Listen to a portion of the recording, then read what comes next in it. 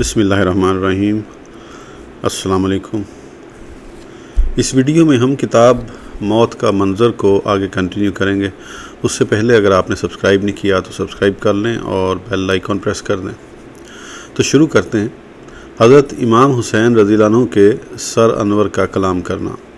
शरह सदूर स्वाद 73 में इल्लामा सयूती रहमतुल्लाह अलैह ने इब्ने असाकिर के हवाले से बयान किया कि मिनहाल बिन उमरू कहते हैं कि मैं उस वक़्त दमिश्क में था जब हज़रत इमाम हुसैन रज़ियल्लाहु अन्हु का सर मुबारक उठाकर ले जाया जा रहा था। कसम है अल्लाह ताला की, मैंने देखा कि एक शख्स कुरान पाक की सूरह कहफ की तिलावत कर रहा है। जब वो इस मुकाम पर पहुंचा, अम हसिबता अन्ना अस्हाबल कहफ़ व रकीमी कानू मिन आयातिना अजाबा, सूरह कहफ। क्या तुम्हें मालूम है पहाड़ की गार और जंगल वाले हमारी एक अजीब निशानी है। रावी कहते हैं अल्लाह ताला ने हज़रत इमाम हुसैन रज़ियल्लाहु अन्हु के सर मुबारक को फसी ज़ुबान से बोलने की ताकत अता फरमाई तो आपके सर मुबारक ने कहा, मुझे शहीद करना और मुझे उठाकर ले जाना असहाब कहफ से भी ज़्यादा अजीब है। सहाबा कराम के गुस्ताहों का इबरतनाक अंजाम।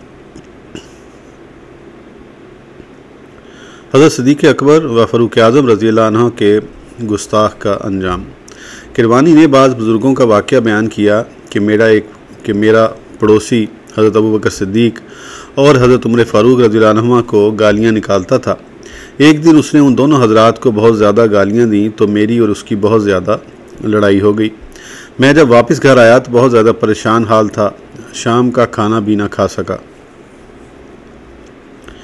इसी परेशानी के हाल में सो गया तो मैंने ख्वाब में नबी करीम सल्लल्लाहु अलैहि वसल्लम की ज़ियारत की तो अर्ज़ किया, या रसूलल्लाह सल्लल्लाहु अलैहि वसल्लम, फ़लाँ शख्स मेरा पड़ोसी आपके सहाबा कराम को गालियाँ देता है। आप सल्लल्लाहु अलैहि वसल्लम ने फरमाया, मेरे कौन से सहाबा को? मैंने अर्ज़ किया, हज़रत अबू बकर और हज़रत उमर रज़ियल्लाहु अन्हुमा को। आप सल्लल्लाहु अलैहि वसल्लम ने फरमाया, ये छुरी ले लो, इसको ज़िबा कर दो। मैंने छुरी ले ली, उसे लिटा दिया और ज़िबा कर दिया। मैंने अपने हाथों पर खून देखा तो मैंने अपने पड़ोसी के घर से चिल्लाने की आवाज़ सुनी। मैंने पूछा, ये चीखो पुकार क्या है? मुझे लोगों ने बताया कि वो शख्स अचानक मर गया है। जब सुबह हुई तो मैं उसके घर आया, देखा कि उस पर ज़िबा के निशानात मौजूद हैं। शेखैन रज़ियल्लाहु अन्हुमा के गुस्ताख का आधा चेहरा स्याह हो गया। इब्ने अबी दुनिया ने हातिम राजी से उन्होंने मोहम्मद बिन अली से रिवायत बयान की कि हम मक्का मुकरमा में मस्जिद हराम में बैठे हुए थे कि एक शख्स जिसका आधा चेहरा स्याह और आधा सफ़ेद, वो कह रहा था कि लोगों मुझसे इबरत पकड़ो। मैं हज़रत अबू बकर और हज़रत उमर रज़ियल्लाहु अन्हुमा की शान में गुस्ताखी किया करता था और उन्हें गालियाँ देता था। एक रात मैं सोया हुआ था कि कोई आने वाला मेरे पास आया। उसने मेरे चेहरे पर थप्पड़ मारा और मुझे कहा, ए अल्लाह के दुश्मन, ए फासिक, क्या तू हज़रत अबू बकर और हज़रत उमर रज़ियल्लाहु अन्हुमा को गालियाँ नहीं निकालता था? जब सुबह मैं बेदार हुआ तो मेरा ये हाल हो गया है जो तुम देख रहे हो। गुस्ताख शेखैन ओमान का इबरतनाक वाक़या। मोहम्मद बिन अब्दुल्ला महलमी कहते हैं कि मैंने ख्वाब में देखा कि मैं फ़लाँ कबीले की कुशादा ज़मीन में हूँ। एक बुलंद जगह नबी करीम सल्लल्लाहु अलैहि वसल्लम तशरीफ़ फरमा हैं। आपके साथ हज़रत अबू बकर सिद्दीक़ और हज़रत उमर रज़ियल्लाहु अन्हुमा भी मौजूद हैं। हज़रत उमर रज़ियल्लाहु अन्हु ने नबी करीम सल्लल्लाहु अलैहि वसल्लम की खिदमत में अर्ज़ किया, या रसूलल्लाह सल्लल्लाहु अलैहि वसल्लम, एक शख्स मुझे और हज़रत अबू बकर को गालियाँ देता है। आपने फरमाया, ए अबू हफ्स, हज़रत उमर की कुनियत, उसे लाया जाए। जब उस शख्स को लाया गया तो वो अम्मान नामी शख्स था जो हज़रत अबू बकर और हज़रत उमर रज़ियल्लाहु अन्हुमा को गालियाँ देने में बहुत मशहूर था। नबी करीम सल्लल्लाहु अलैहि वसल्लम ने फरमाया, इसे लिटा दो। उसे लिटा दिया गया। फिर आपने फरमाया, इसे ज़िबा कर दो। उसे ज़िबा कर दिया गया। रावी कहते हैं मैं उसके चीखने से जागा। ये मंज़र जब मैंने देखा और बेदार हुआ तो ख्याल आया कि मैं जाकर उस शख्स को ये वाक़या बताऊं, हो सकता है वो तौबा कर ले। जब मैं उसके घर के पास पहुंचा तो मुझे ज़्यादा रोने की आवाज़ आई। मैंने पूछा, ये रोने की आवाज़ कैसी है? तो मुझे बताया गया कि गुज़श्ता रात अम्मान को उसकी चारपाई पर ज़िबा कर दिया गया। मैंने उसके करीब होकर उसकी गर्दन को देखा तो नज़र आया कि एक कान से दूसरे कान तक ऐसे चीरा गया है कि उससे खून बह रहा है। शेखैन रज़ियल्लाहु अन्हुमा के गुस्ताख की हज़रत अली रज़ियल्लाहु अन्हु ने आंखें निकाल दी। इल्लामा किरवानी कहते हैं कि मुझे अपने बुज़ुर्गों में से एक बुज़ुर्ग ने बताया कि मुझे मस्जिद नबवी के इमाम अबुल हसन मतलबी ने ख़बर दी कि मैंने मदीना तैयबा में एक अजीब वाक़या देखा कि एक शख्स जो हज़रत अबू बकर और हज़रत उमर रज़ियल्लाहु अन्हुमा को गालियाँ देता था, उसे मैंने आते हुए देखा कि उसकी दोनों आंखें निकली हुई हैं और रुखसारों पर आई हुई हैं। हमने उससे पूछा, तुम्हें क्या हुआ? उसने बताया कि मैंने गुज़श्ता रात ख्वाब में देखा कि नबी करीम सल्लल्लाहु अलैहि वसल्लम तशरीफ़ फरमा हैं। उनके सामने हज़रत अली रज़ियल्लाहु अन्हु और उनके साथ हज़रत अबू बकर और हज़रत उमर रज़ियल्लाहु अन्हुमा भी हैं। उन दोनों ने कहा, या रसूलल्लाह सल्लल्लाहु अलैहि वसल्लम, ये शख्स हमें ईज़ा पहुँचाता है और गालियाँ देता है। तो मुझे रसूलुल्लाह सल्लल्लाहु अलैहि वसल्लम ने फरमाया, ए अबू कैस, तुम्हें किसने कहा कि इनको गालियाँ दो? मैंने हज़रत अली रज़ियल्लाहु अन्हु की तरफ इशारा करते हुए कहा कि मुझे हज़रत अली रज़ियल्लाहु अन्हु ने कहा। तो हज़रत अली रज़ियल्लाहु अन्हु ने मेरी तरफ तवज्जो करते हुए अपना हाथ बढ़ाया, बाकी उंगलियों को बंद करके दरमियानी और शहादत की उंगली को खोल कर मेरी आँखों की तरफ बढ़ाते हुए कहा, अगर तुम झूठे हो तो अल्लाह ताला तुम्हारी आँखों को ज़ाया कर दे। ये कहते हुए आपने मेरी आँखों में अपनी उंगलियों को दाखिल कर दिया।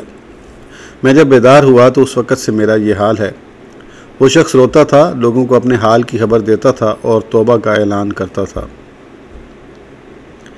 हज़रत अली रज़ियल्लाहु अन्हु की शान में गुस्ताखी करने वाले का अंजाम।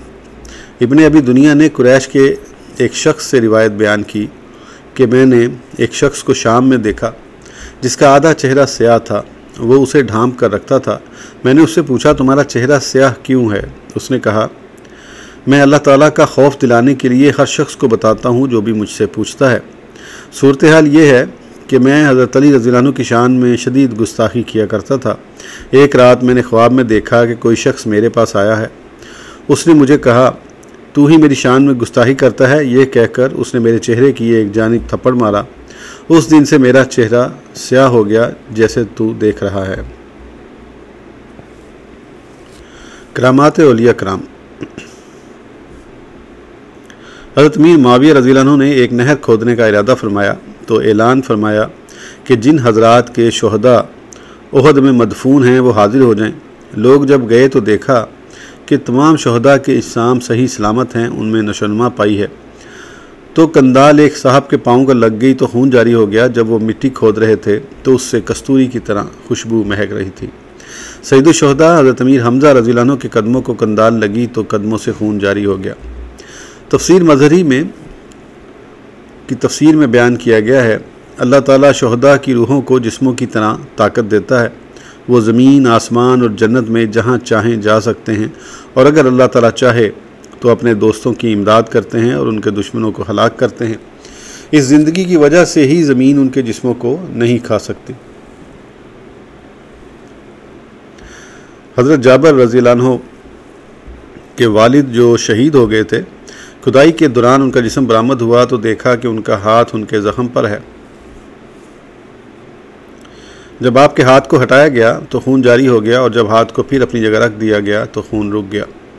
हज़रत जाबर रज़ियल्लाहु अन्हु फरमाते हैं, मैंने अपने बाप को ऐसे पाया जैसे वो सोए हुए हों। उनका कफन सही सलामत था। उनके पाँव पर रखा हुआ घास कफन की चादर छोटी थी भी सही सलामत था। हालांकि उस वक़्त और उनकी शहादत के दरमियान 46 साल गुजर चुके थे। हज़रत इमाम शाफ़ी रहमतुल्लाह अलैह की हज़रत इमाम अबू हनीफ़ा रहमतुल्लाह अलैह के मज़ार पर हाज़री। हज़रत इमाम शाफ़ी रहमतुल्लाह अलैह फरमाते हैं, मैं इमाम आज़म अबू हनीफ़ा रहमतुल्लाह अलैह से तबरक हासिल करता हूँ और आपकी कब्र अनवर पर हाज़री देता हूँ। जब भी मुझे कोई हाजत दरपेश आती है तो मैं 2 रकात नफल अदा करता हूँ और इमाम आज़म रहमतुल्लाह अलैह की कब्र पर आकर अल्लाह ताला से सवाल करता हूँ। मेरी वो हाजत जल्दी ही पूरी हो जाती है। यानी सवाल तो अगरचे अल्लाह ताला से ही होता है, लेकिन इमाम आज़म रहमतुल्लाह अलैह के मज़ार अनवर के कुर्ब की वजह से और आपके वसीले से वो दुआ जल्दी कबूल होती है। बल्कि ये भी मशहूर है, इमाम शाफ़ी रहमतुल्लाह अलैह सुबह की नमाज में दुआए कनूत पढ़ने के कायल थे, लेकिन इमाम आज़म के मज़हब में सिर्फ़ इशा की नमाज में दुआए कनूत है। इसलिए जब कभी इमाम शाफ़ी रहमतुल्लाह अलैह आपके मज़ार पर आते तो सुबह की नमाज का वक्त होता। दुआए कनूत नहीं पढ़ते थे कि मुझे साहिब मज़ार से हया आती है कि मैं उसके मज़ार पर आकर उसी के मज़हब के ख़िलाफ़ करूँ। चंद मुफीद इबारात। नेक लोगों के करीब मुतबर्रक मुकामात में किसी को दफन करना अमर मुस्तहिब है।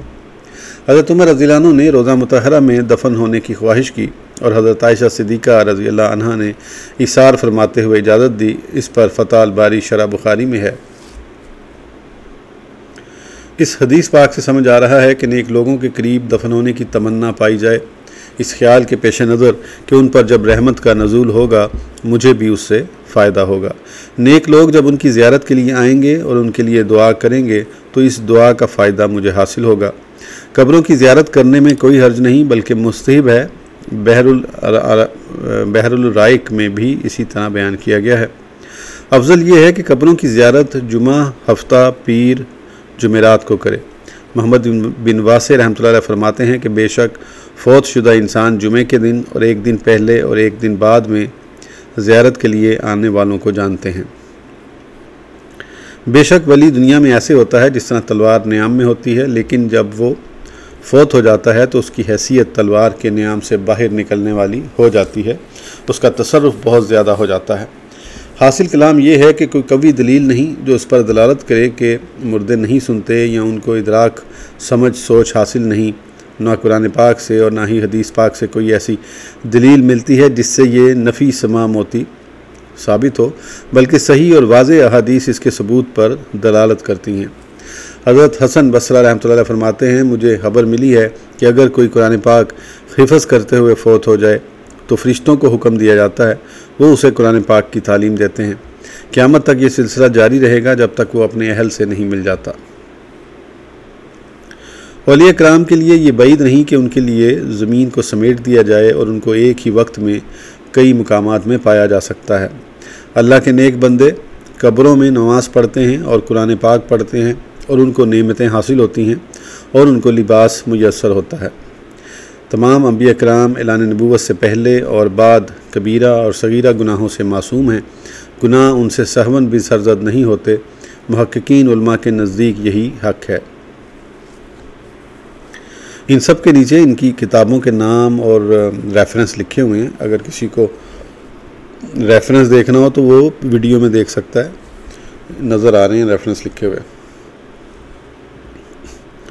शुहदाए उहद को एक जगह जमा करने की हिकमत ये है कि वो जिस तरह ज़ाहरी ज़िंदगी में एक जगह ही रहते थे, शहादत भी सबको एक ही जंग में हासिल हुई, इसी तरह उठें भी एक साथ ही और मैदान महशर में भी सब मजतमा होंगे और लोग भी उन तमाम की मज़ारात की एक साथ ही ज़ियारत करके तबर्रक हासिल करें और साथ साथ उनकी ज़ियारत के उहद पहाड़ की भी ज़ियारत उनको हासिल हो जाए, क्योंकि नबी करीम सल्लल्लाहु अलैहि वसल्लम ने फरमाया, उहद पहाड़ हमसे मोहब्बत करता और हम उससे मोहब्बत करते हैं।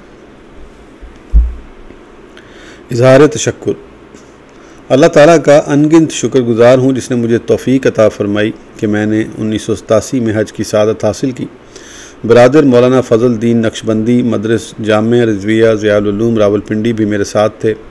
मिना और अरफात में आलिम बाअमल रईसुल अतकिया हज़रत इल्लामा सईद हुसैनुद्दीन शाह साहब मद्ज़िला आला नाज़िम आला जामिया रिज़विया रावलपिंडी की मैयत में उनकी तकारीर और दुआओं से शर्फ हासिल रहा। आप हर साल हज करते हैं और दोनों मकामात पर ही हाजी नसीम अहमद साहब जो अज़ीम नातवां हैं, बाअखलाक हैं और जामिया रिज़विया के अज़ीम मावन भी हैं, से मुलाकात हुई और तारुफ़ हासिल हुआ। देखा कि उस शख्स को हाजियों की खिदमत करने और खाना खिलाने का कितना ज़्यादा जज्बा हासिल है। मालो दौलत का बादशाह हाजियों की खिदमत के लिहाज से फ़कीर नज़र आता है। जामिया रिज़विया की मावरत में पेश रहने वाले इस अज़ीम इंसान को 1 साल हुआ हमसे बिछड़ गया। 2 हफ्ते पहले उनकी सालाना बरसी गुजरी। अल्लाह ताला उनकी कब्र पर हज़ार हज़ार रहमत करे और जन्नतुल फिरदौस में आला मुकाम अता फ़रमाए, आमीन सुम्मा आमीन। इसी हसूल सआदत के दौरान मदीना तैयबा की हाज़िरी पर उहद की ज़ियारत भी नसीब हुई। बस से सड़क पर जब नज़र पड़ी कि मदीना तैयबा 7 किलोमीटर रह गया है, बेतहाशा रोना आया। आंसू थमने का नाम नहीं ले रहे थे।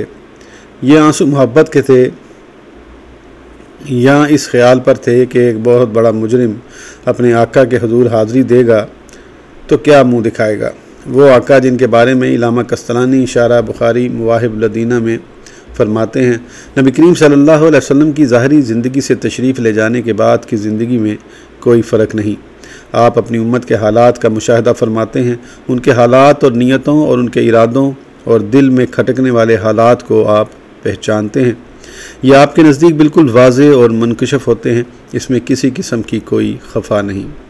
यानी आप जिस तरह ज़ाहरी ज़िंदगी में इन चीज़ों पर मतला होते थे, अब भी उसी तरह मतला होते हैं। जिस दिन सुबह की नमाज के बाद मदीना तैयबा से जद्दा एयरपोर्ट पर आना था, जहाँ से वतन के लिए रवानगी होनी थी, वतन की मोहब्बत और अपने अहलो याल से मिलने की खुशी के साथ साथ मदीना तैयबा को अलविदा करने पर एक मरतबा फिर आंसू कितार दर कितार छलक रहे थे। बच्चों की तरह बिल्क बिल्क कर रोने की कैफियत पैदा हो चुकी थी।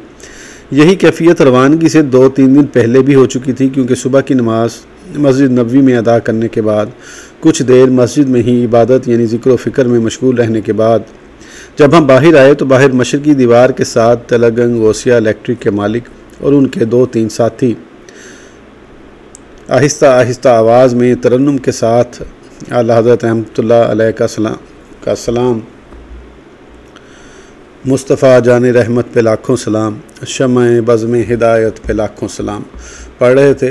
उनके साथ मैं और मौलाना फ़ज़लुद्दीन नक्शबंदी साहब भी खड़े हो गए। हमने भी सलाम पढ़ना शुरू कर दिया।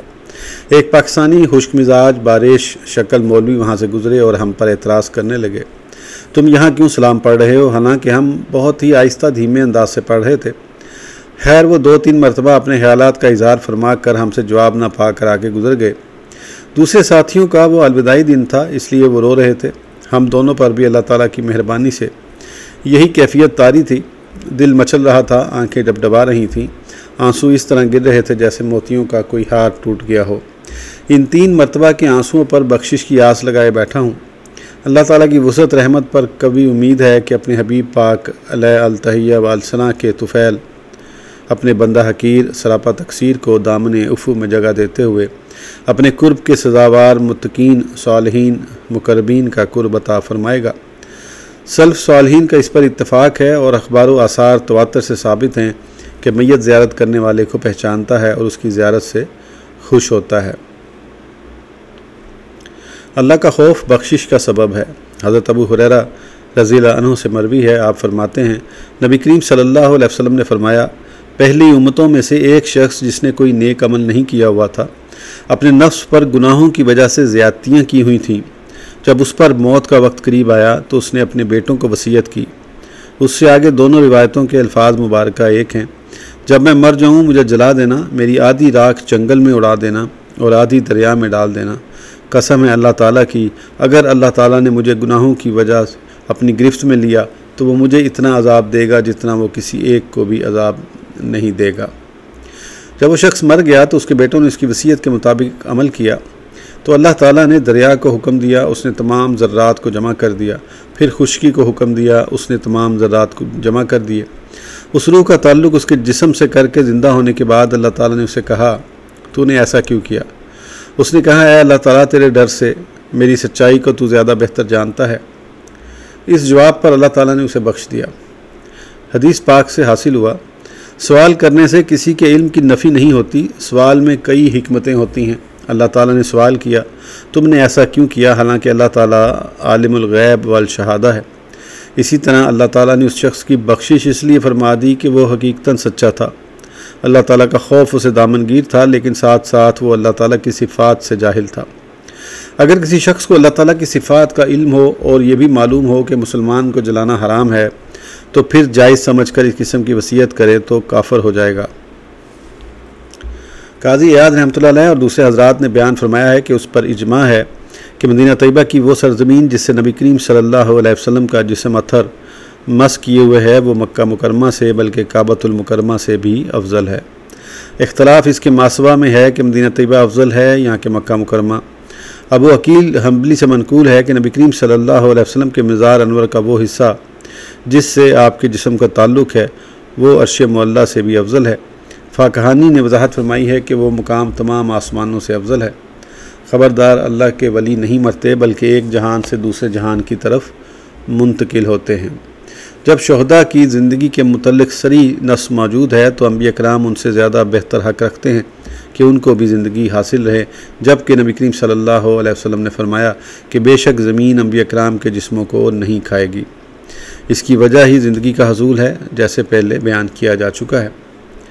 इस वीडियो के लिए इतना ही, फिर इंशाल्लाह अगली वीडियो में आगे कंटिन्यू करेंगे। उस वक्त तक के लिए इजाज़त दीजिए।